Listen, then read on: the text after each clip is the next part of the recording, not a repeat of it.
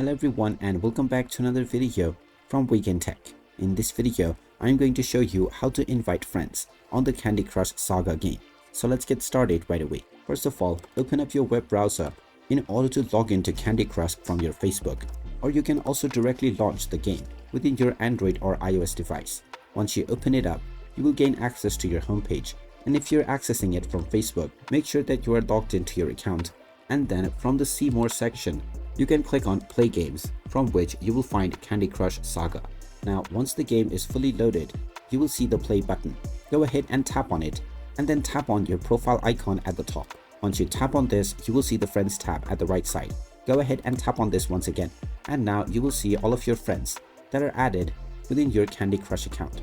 Now, if you wish to invite any person to the Candy Crush game, just click on Add More Friends at the bottom section.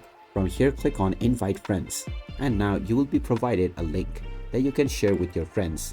And once they click on this, they can download and install the Candy Crush game and also become friends with you right away.